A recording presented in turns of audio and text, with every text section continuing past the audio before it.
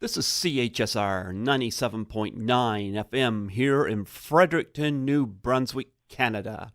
This is Python's Paradise, your film and music show, and this is your host, Greg Gilbert, aka the Python Hyena. And folks, Fear and Loathing in Las Vegas. I saw that in theaters when that originally came out. Actually, I saw that double bill with Bulworth. And I enjoyed both, but man, I loved Fear and Loathing in Las Vegas. And that film is celebrating its 20th anniversary here in 2018. And I have on the phone with me an absolutely gorgeous stunt woman who appears on camera in the trapeze scene at the Circus in the movie. Folks, I give you the lovely, the beautiful, and the absolutely amazing Lisa Hoyle. How do you do, Lisa? Oh, well, that's quite the intro. Thank you. I'm doing great. Doing great. I can't believe that it's been 20 years. Wow. I reminded you of that, huh? You sure did. Sure did. And and reminded me how long I've been doing this. Well, I'll tell you, again, I don't want to sound like I'm ogling, but you look stunning. I'll tell you. You should be in front of the camera, not doubling. Oh, you're too sweet. Yeah, absolutely. Well, you know what? It's amazing. I always get these arguments with people who say, well, it's the box office that counts. And I'm sitting back and I can always counter them because I remember in 1998, one of the highest grossing films was a piece of junk called Armageddon. That and Deep Impact both look like pretty much the same movie. They're both boring. I mean, you don't need a sleeping pill to watch either one. Right. But it's amazing. Here we are all these years later. When people talk about box office, I just bring up The Big Lebowski, which came out that year. And I bring up... favorite. Yeah, I love The Big Lebowski. I actually have a turtle that I rescued, and his name is Lebowski. Lebowski? That's a good name. That's a good name for a turtle, Lebowski. They're pretty laid back. And of course, Fear and Loathing in Las Vegas bombed that year. But isn't it interesting, people don't think of it as a flop anymore, do they? No. Nope. No, you're right. I saw that a few years later at a midnight screening, and it was packed. And I'm just looking around at that theater, and I was like, where were these people when the movie came out, Because I was there, Right. But, man. Yeah, no, it's my neighbor has a poster in his living room of Fear and Loathing in Las Vegas. Yeah. Well, you know what? I put this down on the list with Boogie Nights because they both have one big thing in common. I hate it when movies are set at a particular time, but you don't feel like you're there. Like, I was born in 1972. So, so that was right around... I'm 71. Huh? I said I was born in 71. Oh, so we're right around the same time there. Yeah. So I remember a little bit of the 70s. Not a lot, but I remember some. Especially music that came out at that time. But I'll tell you, I love it when a movie makes you feel like you're in the 70s or in the 60s or whatever. Especially movies that weren't shot at that time. And Boogie Nights did it beautifully. And Fear and Loathing in Las Vegas captured it beautifully. You're right. Yeah. So... No, you're right. Yeah. And a lot goes into that. The wardrobe, the art department, the set dressing, everything. Well, Fear and Loathing in Las Vegas was, of course, directed by Terry Gilliam. I think, I don't know if enough appreciation goes to Gilliam as a filmmaker because he puts so much work and innovation into his projects. And yet he has a hard time getting stuff out there, I mean, of course, he started out in Monty Python with, he was, of course, the Patsy who was using the coconuts for the horse hooves, We all remember him for that. Was he doing that on set? I don't remember that. But then he goes on, he does movies like Brazil and 12 Monkeys and, of course, Fear and Loathing in Las Vegas. And if you look at, say, the lounge lizard scene, I mean, that is totally Monty Python. You're right. What was it like working with Terry? And how did you come to be affiliated? Um, well, I got into the stunt business because I was a competitive gymnast, and then I was a professional flying trapeze artist. Mm-hmm. Um, and it was this acrobatic troupe that I did trapeze with that got the call for this job. So and it was actually the second movie I worked on. The first movie I worked on was Cyborg 2, and then Fear and Loathing in Las Vegas. And I worked on it for, trying to remember, maybe a couple weeks.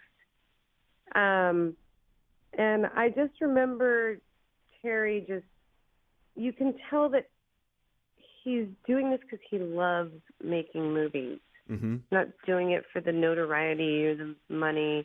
You could just really tell that he loves making movies. And he, I mean, even the trapeze scene, you really felt like you were in like a circus funhouse, kind of like, whoa.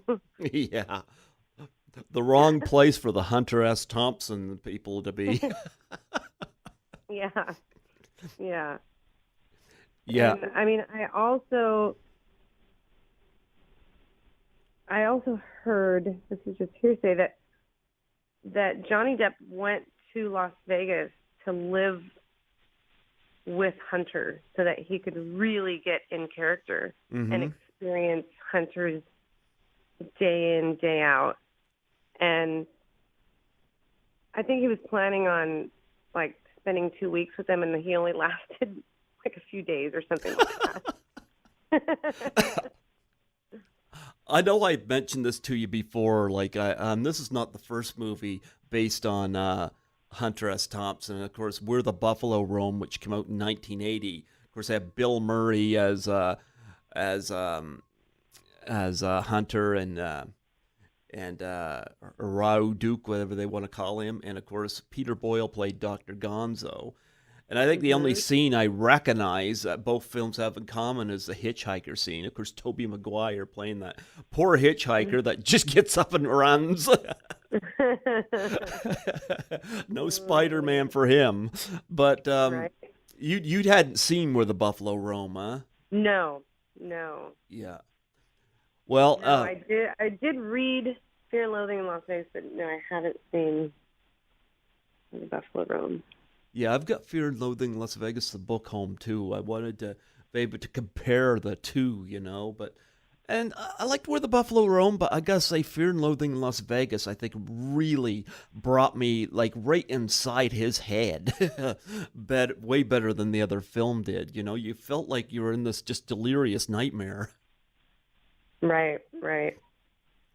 So of course, you're on screen doing the trapeze scene, and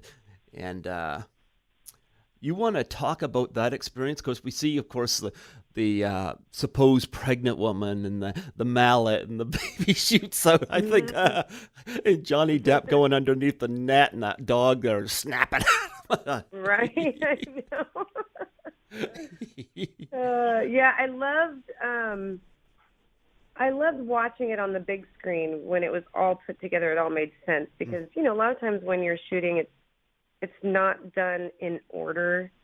Mm-hmm. And so, as we're shooting stuff, it's like, oh, wait, what's that animal? What are we doing here? And then when it's all edited and put together, I watched it and was just smiling. Oh, my goodness. And as far as stunt work goes, that was one of my easiest jobs. Oh, yeah? Because I just, skill-wise, didn't really take much skill, but I was, I caught the baby and kind of presented it. You had a gorgeous smile on your face, too. No. You had done up with the feathers and whatnot, Yeah. Oh, that costume, it was very cartoonish looking with this costume. It was padded, so we had these big hips and we were very busty, and every day they would sew stars on to our breasts. And so then I would start calling them. I'd walk into the wardrobe trailer and I'd say, okay, I'm ready to get my stariolas and put on. And then there was another set. I'm trying to remember. I do remember like this. It's like a house and it just gets completely destroyed, like a room. And gee, that's all through the movie. And that's true. But there was, it had pink shag carpet, and so they went and cut a triangle out of remnants of this pink shag carpet, and they sewed that onto our private area. Yeah. Actually, I think that was the place where they encountered Christina Ricci. Okay. Yeah, I think that's where the pink carpet is, if I remember correctly. I think you're right, yeah. Yeah, because I remember there was some wonderful creative carpets all through that movie, even in the corridors, yeah. Yeah. I've never been... Yeah, in fact, I recently worked on a movie called Spaceman. Okay. I co-coordinated this fight scene, and one of the producers of Fear and Loathing, his name is Stephen Nemeth. He was on Spaceman. Okay. Yeah. Well, you know what? Trivia. Yeah, there you go. Well, I've never been to Las Vegas, as I don't know how often you've been there. I've never been there, but I do want to know is that Vegas then and Vegas now, is there much similarities? Is the carpet still bright and zany, or is that just then? No. No? No, they've definitely changed with the times, for sure. I mean, I've been to Vegas many times because it's just a 4-hour drive from Los Angeles, and I have seen it. It's constantly growing, building, updating. No, I wish that they kept like a vintage hotel that had all of the shag carpet and everything. That would be cool. Well, I know one of the hotels that was in Fear and Loathing, of course, it's the Flamingo Hotel. Of course, I hear that mentioned a lot. Yeah. Love the Flamingo. Yeah. But no, that I love that film, and so you say that was an easy job for you. And, Flamingo is still pretty old school, actually, now that you mention it. Yeah. And, of course, Johnny Depp, I know you weren't on screen with him, but did you have any... And I know you've worked with him before, like you did the Pirates movies, but what was your interactions like with him on Fear and Loathing, especially when... Was he in character, like one of these method actors? Yeah. Yeah, on Fear and Loathing, he and Benicio del Toro were in character, so didn't really have much interaction with him, and didn't, the scene didn't require it either. But I did work on Pirates of the Caribbean for 2 years, and so if I saw Johnny Depp on the street, there'd be a hug. He's a really very down-to-earth, nice, cool guy. Yeah, I heard that. Yeah. Yep.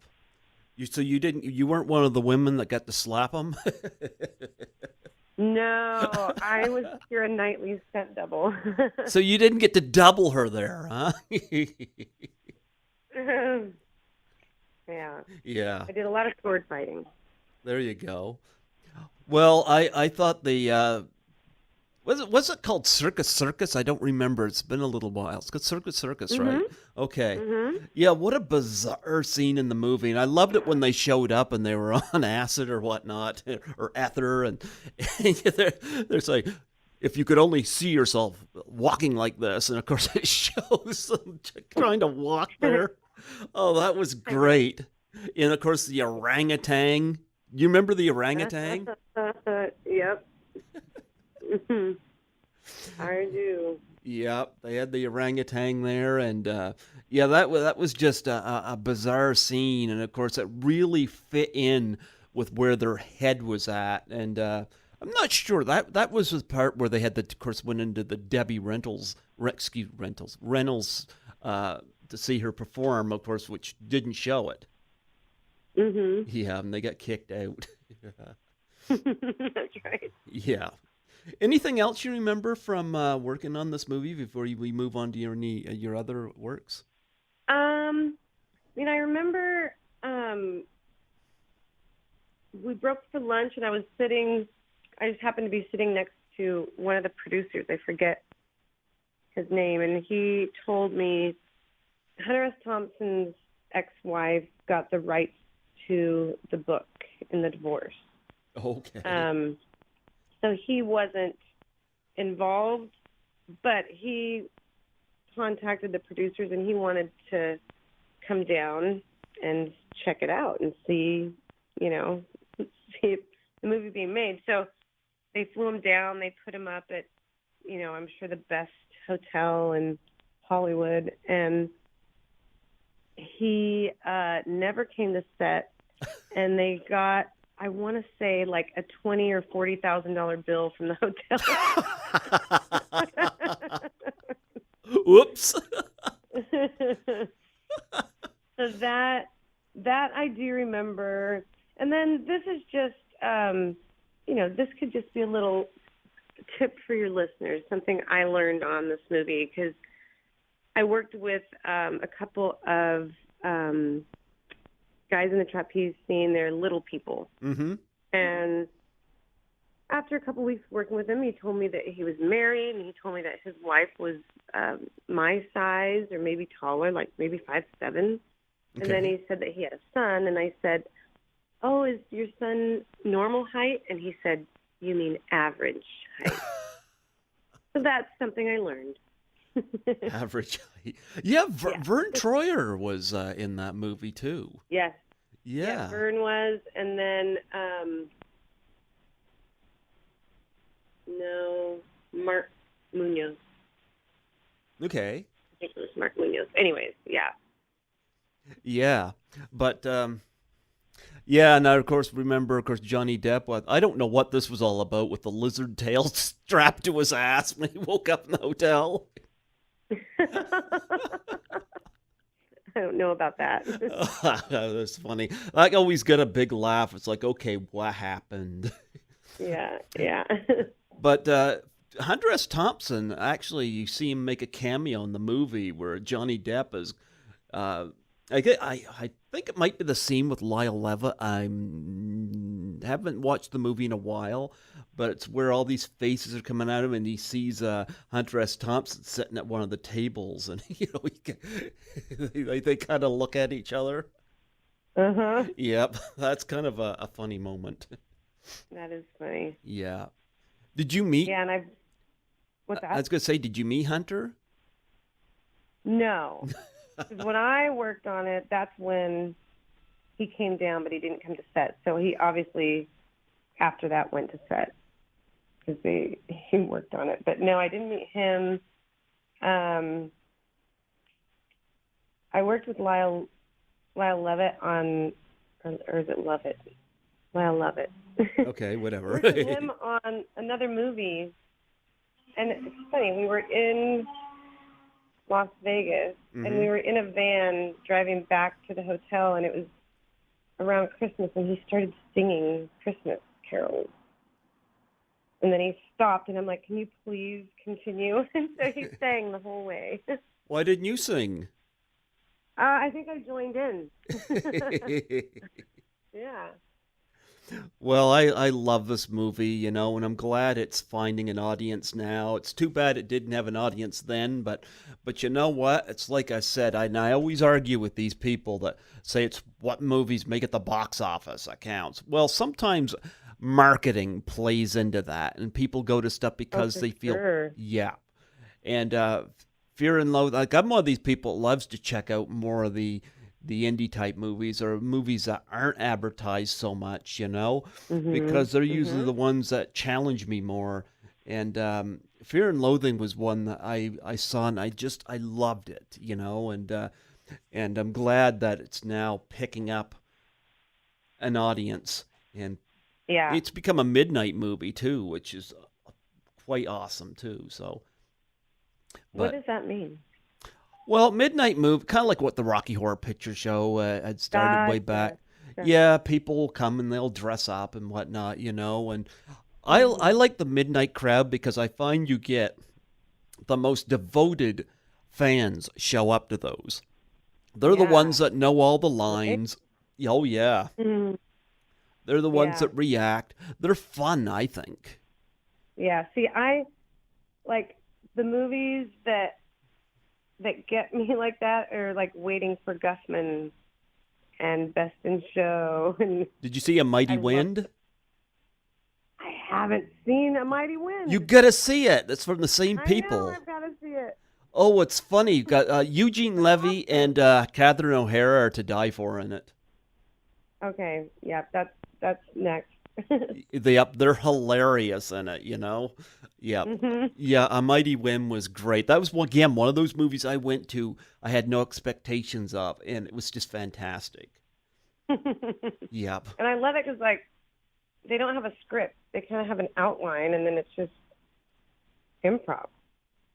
Well, Eugene Levy and Catherine O'Hara, they play this couple that musicians that were big back in years ago, and then they had split, and of course he's suffering from depression and whatnot, and they're trying to get all these artists together for this tribute Mhm. celebration, and they're worried about Eugene's character when he comes back, and he's got his voice sounds different and all that. But every time he and Catherine are on screen, it's just funny, and yeah, you got to check it out. I think you'll love Okay. it. Yeah, Yeah. yeah. But they had a lot of great musicians in that. Yeah. Well, won an Oscar for best song. Mm-hmm. Yep. Yeah. Now we got to talk about. We're going to talk about 5 people you love doubling for, but we'll talk about that a little bit later. I want to talk Okay. about your top 5 most challenging stunts that you've done. Okay. Now, I've had stunt people on here before, and I've heard some really interesting stories. Ted White from Friday the 13th, the final chapter, did a film for Howard Hawks back in '59, where encountered him to narrowly get away from a rhinoceros. Oh my goodness. Yeah, he talked about that. And Gene Coulter, of course, talked about a nasty encounter on the set of Cujo, that was an accident, but something that was kind of misperformed. Something went wrong, but anyway, she's healed up. And of course, Marlene Linfield was featured as a biker on screen for The Gauntlet for Clint Eastwood, and I'm sure I've had other stunt people on here as well, and they're always interesting and tell some interesting stories. Well, I want to hear your story. So, do you have? Let's talk about your 5 most challenging stunts. What's your first one up? Um, I would say I did a 93-foot high fall for Charlie's Angels, the first movie. Okay. That was, well, that was challenging for a lot of reasons. I hadn't been that high. Okay. I wish that it was 100 feet, but it was only 93. So this is a free fall. There's no cables involved, and I landed in an airbag. Mm-hmm. I had a month to prepare for it, which was great. I found somebody with a high fall tower that was 75 feet, so I couldn't practice up to 93, but I started at like 15 feet over the bag, and I would move up in 5-foot increments, and I would measure where my butt was landing on the airbag. Okay. And I did this so that I could do the math and project, okay, at 93 feet, my butt is going to land, this many feet out. Anyways, on the day that we filmed it, I knew that I needed the airbag 22 feet away from the building that I was jumping off of. Okay. So it's great that I had time to prepare, but I mean, it's the first thing I would think about when I woke up, last thing I would think about when I went to sleep. Anytime I thought about it, my palms would sweat. Yeah. And I would visualize the airbag looking like a postage stamp. Oh, And wow. so when I got there, it was great because it was a lot bigger than a postage stamp. And I guess the only thing that was a little nerve-wracking was I got into the service elevator to go up to the 10th floor after we had the safety meeting with the director and the whole crew. And there's, one thing, when you're showing up to work and you see that there's an ambulance there, you kind of go, all right, well, we're prepared. Anyways, I was in the elevator getting ready to go up to the 10th floor, and the doors are shutting, and the medic runs in and asks me my blood type. Okay. I'm like, really? And I know that I'm A positive, but do you know your blood type? Like, a lot of people don't know their blood type. I don't know. I'd have to ask my mom. She might know. So yeah, that was definitely a challenging stunt. I remember when I landed in the airbag and the director was like, "That was great, we got it." And I looked at him and I said, "You mean I don't get to do it again?" Did you want to do it again? Yeah. Oh, wow. And then it ended up on the editing room floor. Didn't make the movie. Oh, wow. But I've got the memory of it, and it's on YouTube. Actually, I found it. So yeah, that I would say number one. What's next? I mean, this is something that's actually in the stunt world. It's kind of simple, a stair fall, right? So falling down the stairs. Okay. But you can add elements that can make it very challenging. There's one that I remember where they had already. Oh, sorry. There's a That's siren. okay. That's okay. That's okay. I live downtown Long Beach. That's okay. You're not the first interview I've had where there was a siren, so don't worry about it. So, anyways, on this particular TV show, they had already shot the actress who I'm doubling. They shot her at the end of the stair fall. So she's laying here, and then the gun that she had in her hand, when she landed, the gun landed here.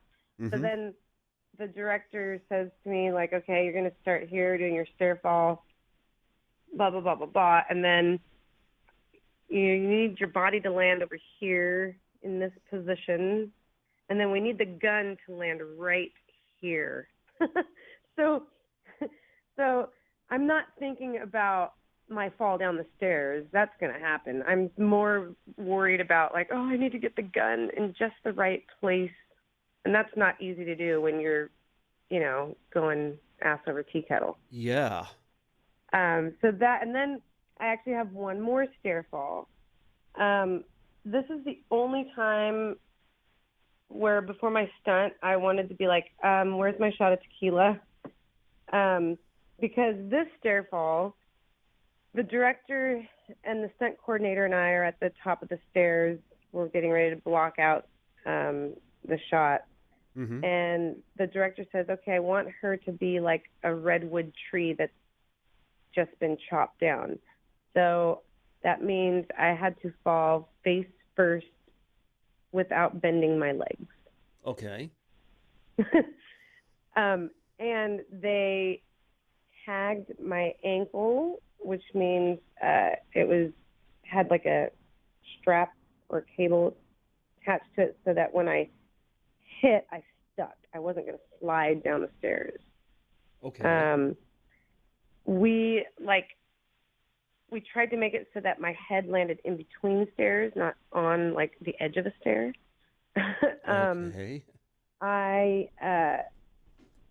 Now when I'm doing a stunt, where can I fit pads, knee pads, elbow pads,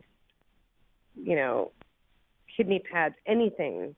Well, that's what makes being a stunt woman more challenging than a stunt man, because stunt men, they're usually cops and robbers, and they're wearing jackets and pants, and they can fit all the pads they want. Mm-hmm. Well, in this particular scene, I was wearing a mini skirt and a tank top and heels. Oh. No knee pads, no elbow pads. So I used bubble wrap, and I wrapped bubble wrap around my torso. Okay. And then the scene it's a comedy, and she falls, and then she looks back up at the person at the top of the stairs and says, sometimes in life you fall down, you just need to get up and, do it again. Anyway, then she does it again. She does that same fall again. So I had to do it twice. What was this on? So, yes, that was number 3. I would say fourth most challenging was my first car hit. Okay. What that means is I'm a pedestrian, and I get hit by a car that's driving. Mm-hmm. A moving car. Yep. Now, there are different car hits. The first, and I've done several, and for the record, I'm done doing car hits. That can be for new stunt girls. Okay. Because, I have a really good air sense, but you get frapped. And I've been to the hospital a couple times getting staples in my head from car hits, because the only time I didn't know where I was in the air until my head hit the ground. Oh. Which is why I will never do car hits again. But like I said, they're different. So the one where you get frapped and could very well end up taking a trip to ER is an up and over.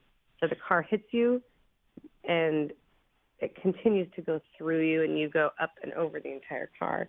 And then one that's a lot easier than that is where you get hit, and the person driving the car then, scoops you up on the hood to the windshield, then hits the brakes and spits you off. Okay. That one I'll do again. Okay. So let's change the record. Yeah. So yeah, that's definitely a challenging one. And then I would say for my fifth, the first fire burn that I did. Now fire burns are tricky, and it's all about your prep team who sets you up for this fire burn. I've heard about these. Dick Warlock and Kane Hodder had done a lot of these. Yeah. Yep. I had Dick Warlock on here, so yeah. And with fire burns, there are partial burns and there are full burns. Mm-hmm. Partial burn, it could be your arm, it could be your leg. Full burns, kind of, you get the idea. Mm-hmm. With full burns, you have to hold your breath.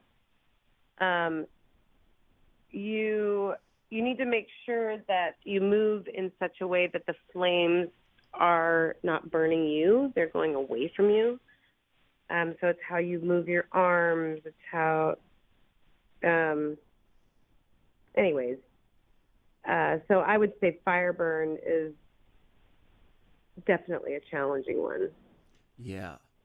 Yeah, Kane Hodder had a major accident with that. Yeah. Yeah. And also, when you prep for your fire burn, you're wearing layers of Nomex, which is what firefighters wear. And then we wear fire gel. And this fire gel is freezing because it sits on ice overnight, this fire gel.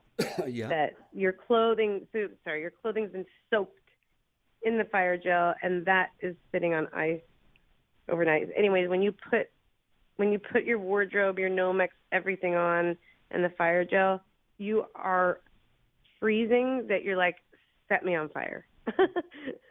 Mm-hmm. And then you hold your breath. So there's a lot to think of when you're doing a fire burn. Yeah, I don't think I'd want to do it. Yeah, not on purpose. No. Or accident.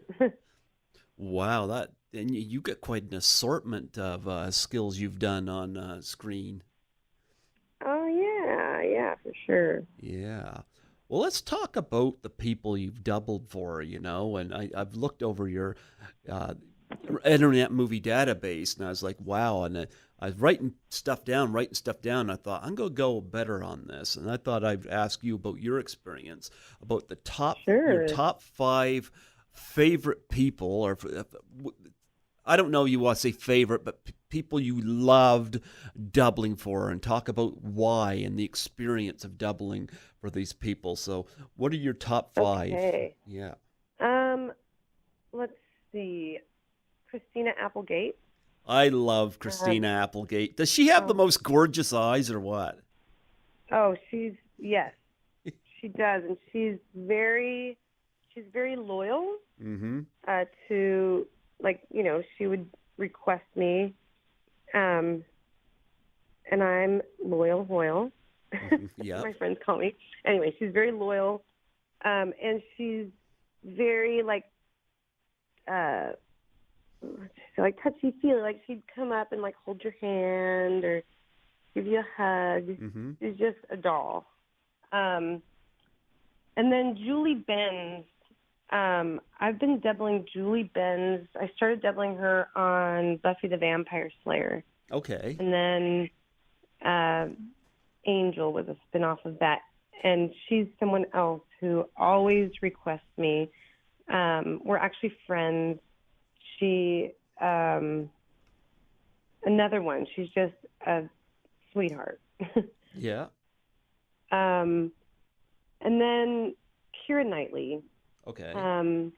I doubled her on Pirates, and I worked on it for 2 years because we filmed parts 2 and 3 back to back, and I loved watching her go from a child to an adult. She started when she was 17. Yeah. Her mom, her mom had to be on set when she was 17, but then even after she turned 18, 19, 20, her mom was always on set with her. So her mom was like her best friend. She's very quiet, Mm-hmm. and she's just a very, very sweet person. Mm-hmm. Um, and then Carrie Keegan. Carrie I've doubled her a couple times. So again, she requests me. And being a stunt person, that's like your ultimate goal. Like, wow, if you can double someone who then goes on to request you, that's awesome. Is Carrie Keegan, is Um, this the same Carrie Keegan from Jason Goes to Hell? um, I don't know. I doubled her on a movie that just came out called Valentine Days with a Z. Okay. Um, Yeah. and I wonder if, I don't know, she told me she wants to be a scream queen. so, Okay. All right. so I don't know. But she is just a sweetheart. And yes, she did, actually. What? She did do that. She Okay. did. Yeah, I have an assistant here looking up things. Oh, so she was in Jason Goes to Hell. Yes, she was in Jason Goes to Hell. Okay, because I interviewed Adam Marcus, the director of that film, earlier this year. Ah, And oh wow. I knew the name because that film's celebrating its 25th anniversary this year. Okay. So Wow. yeah, Carrie Yeah, Keegan, that's where I know she's that name. great. She's Okay, great. she's still working. Yes, absolutely. She's still Okay. working. Yeah, this Valentine Days that just came out.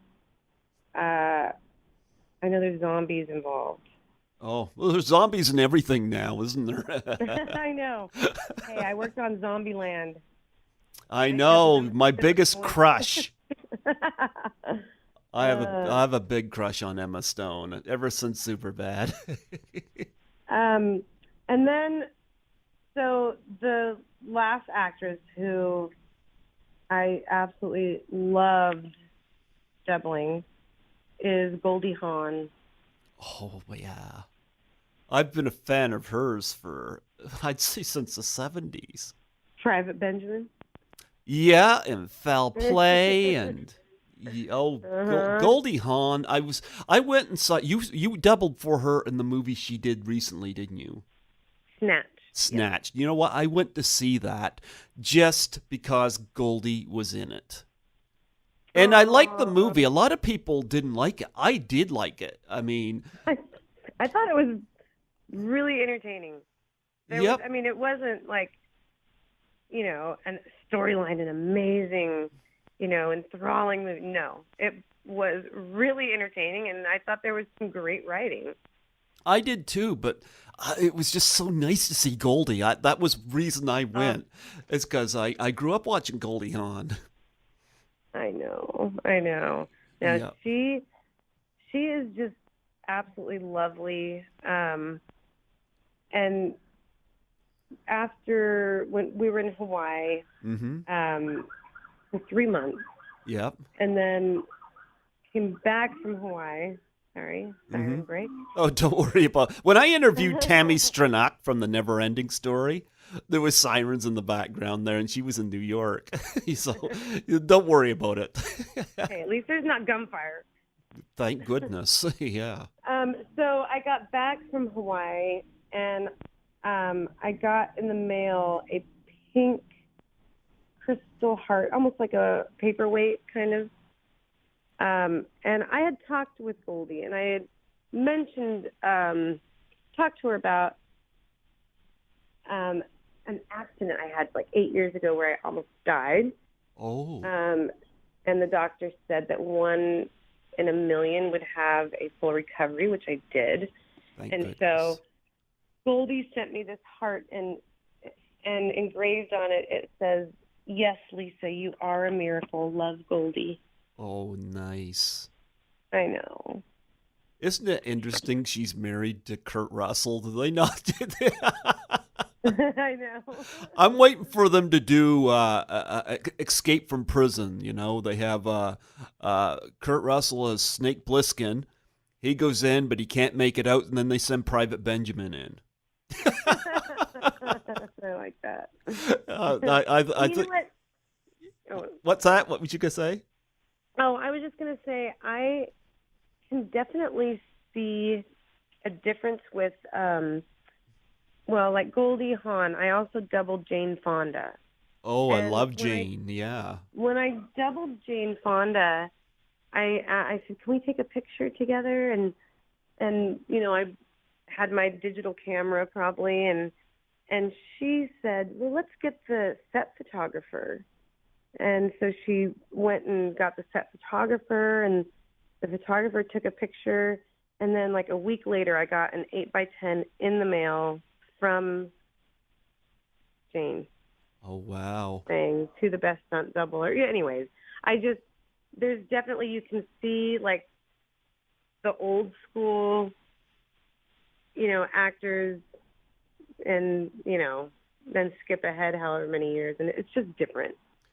Yeah, I love Goldie and I love Jane Fonda. Like those are two Yeah. names from the past. Absolutely. You know. Yeah. And Yeah. I've doubled a lot of great actors. In fact, I've doubled over 100. The ones I mentioned are the ones that stick out. And of course, we'll finish this and I'll be like, "Oh, Well, you know what? don't I mention." know you've doubled Nev Campbell for Scream 3. You know. Yeah. Yep, and Piper Perabo for Yep. Rocky and Bullwinkle, and Yep. Diane Kruger for Natural Treasures.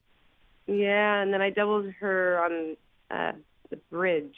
It was a TV show. And so she's another one that requested me. She's She's a gorgeous. sweetheart, too. Yeah. And Anna Faris. I mean, she's funny. Mm-hmm. Yep. Mm-hmm. And And then really, like, a stunt woman's dream is to double an actress who doesn't want to get their legs scratched when they run next to this bush. Mm-hmm. So then I come in and do it. You know what I mean? Like, oh, that's great. I need to ask, what was it like working with Emma Stone in Zombieland?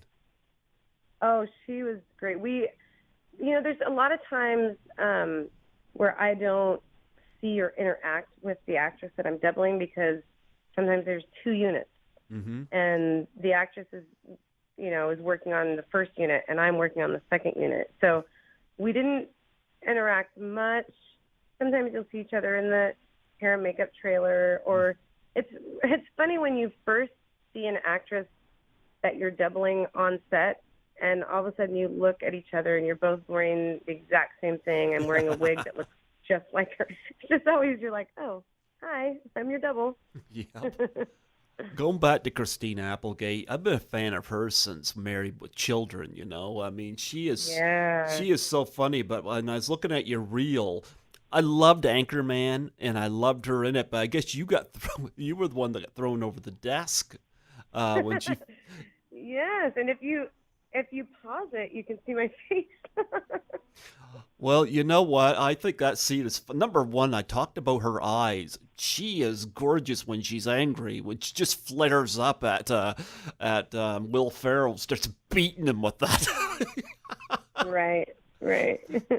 Yeah, I remember she wore some great clothes in that too. Just her wardrobe was great, but she's got class. And I have a great picture of the two of us. She was just a sweetheart. And then, there's another movie I worked on called Drag Me to Hell. Oh yeah, Sam Raimi. Sam Raimi, love Sam Raimi. Yeah, I worked for him on Spider-Man as well. But so Drag Me to Hell, I doubled her, and it was her. I just remember thinking like, oh, good.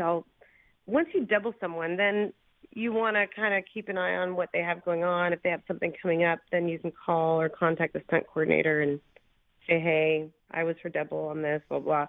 Well, Allison did Drag Me to Hell, and then she moved to, Montana and said, all right, I'm done. Oh, she's not doing acting anymore? No. Mm-mm. Oh, wow. Unbeknownst to me. Gee, I wonder what happened there. I know she got messed up pretty bad and dragged me to hell. She was like the equivalent female. I got literally dragged. Well, not literally, but yeah. Oh, tell me about it. Yeah, and Sam Raimi, he's one of my favorite directors. And then I just worked on a Quentin Tarantino film. I was just going to bring that up, the one about Sharon Tate.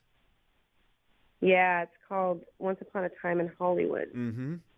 Yeah, you're doubling for... I can't talk anything about it, just because... You're doubling for Margot Robbie, right? No, I wasn't. I can't say what I was doing. But okay, that's all right.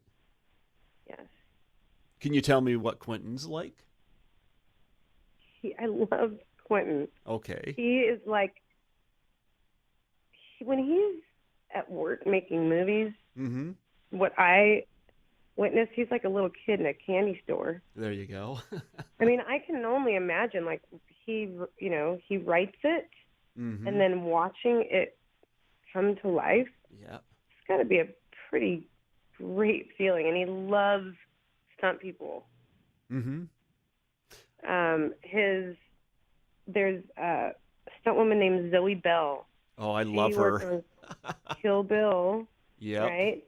Tarantino took her under his wing, and she is coordinating Once Upon a Time in Hollywood. She was in Death Proof as well, actually. She was in Death Proof, yep. Yep, riding on the front of that car. I know. It's funny because I've known Zoe for years, and we were working on Iron Man 3 in South Carolina. Yeah. And we were at a bar after work, and these people came over, and they're like, "Oh my gosh, we love you in Death Proof." I just forgot that. Oh yeah, she's a celebrity.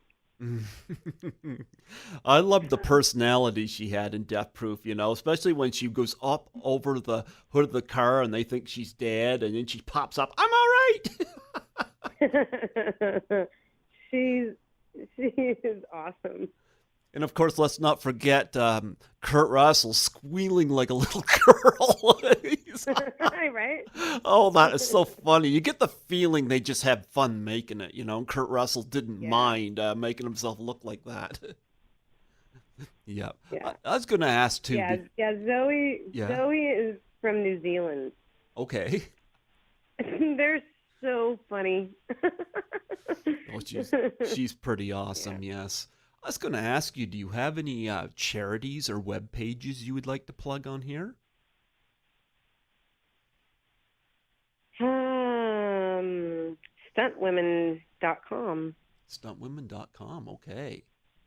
Yeah, I'm a member of it's called the Stunt Women's Association of Motion Pictures.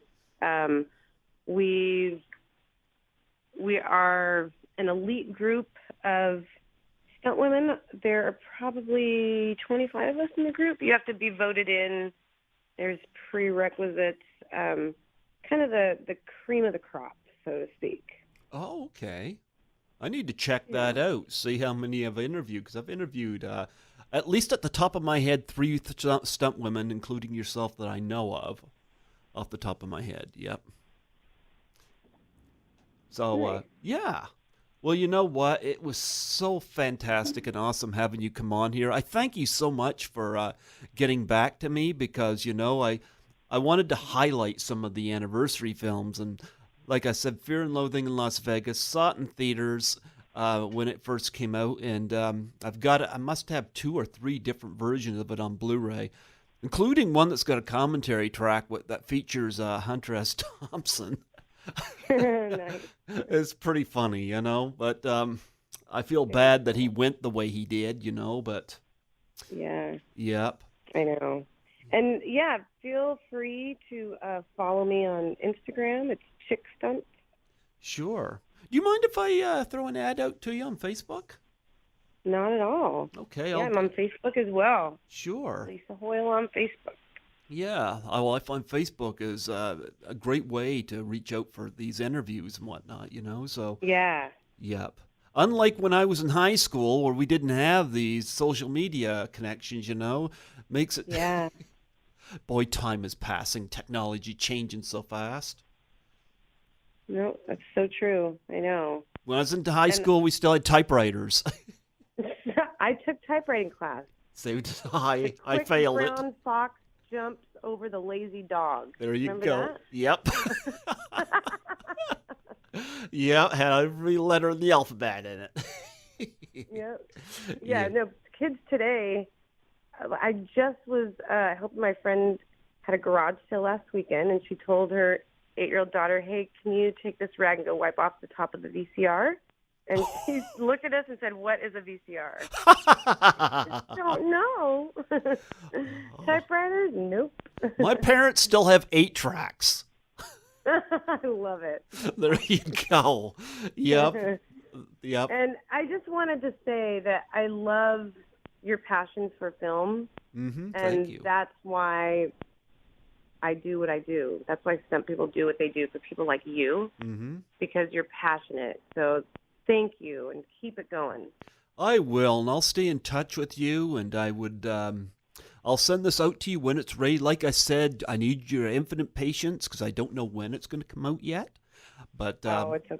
yeah, Fine. but I'll keep you posted on it, and yeah, we're celebrating the 20th anniversary of Fear and Loathing in Las Vegas, and Johnny Depp waking up with a tail. I love it. Yeah, whatever that was all about. And if you haven't seen it, see it. Fear and Loathing in Las Vegas. Yes. I love it. And check out some of our other projects as well. Although we wish we could see you on screen, because I tell you, you not only doubled for some of these lovely women, you're lovely yourself. I looked on there, and I'll tell you, you were stunning in Fear and Loathing. A beautiful smile and presenting that. It's all hair, makeup, and lighting. I've seen pictures of you. You don't need to be dolled up. Well, thank you. Thank you. You're absolutely welcome. Before I let you go, would you mind doing a plug for my show? This is Lisa Hoyle, and you are listening to Greg Gilbert's Python's Paradise in New Brunswick, Canada. You ever been to New Brunswick before, Lisa? No, I've only been to Vancouver. Everybody's been to Vancouver. I just left New Brunswick for the first time last November. One of my interview guests invited me to Toronto to a convention. And I met a lot of people I met at the convention came on my show as well. So this is a lot of fun promoting these movies, and helping them find a new audience. So, yeah. But that's awesome. Well, thank you for having me. It was an honor. It was an honor. And we'll stay in touch, and I'll let you know when this goes out. All right. Sounds good. Don't be afraid to be great. Thank you. We already know you're great. I've seen you reel. Thanks. All right. God bless you. Oh, you too. Bye, Greg. Yeah, bye-bye.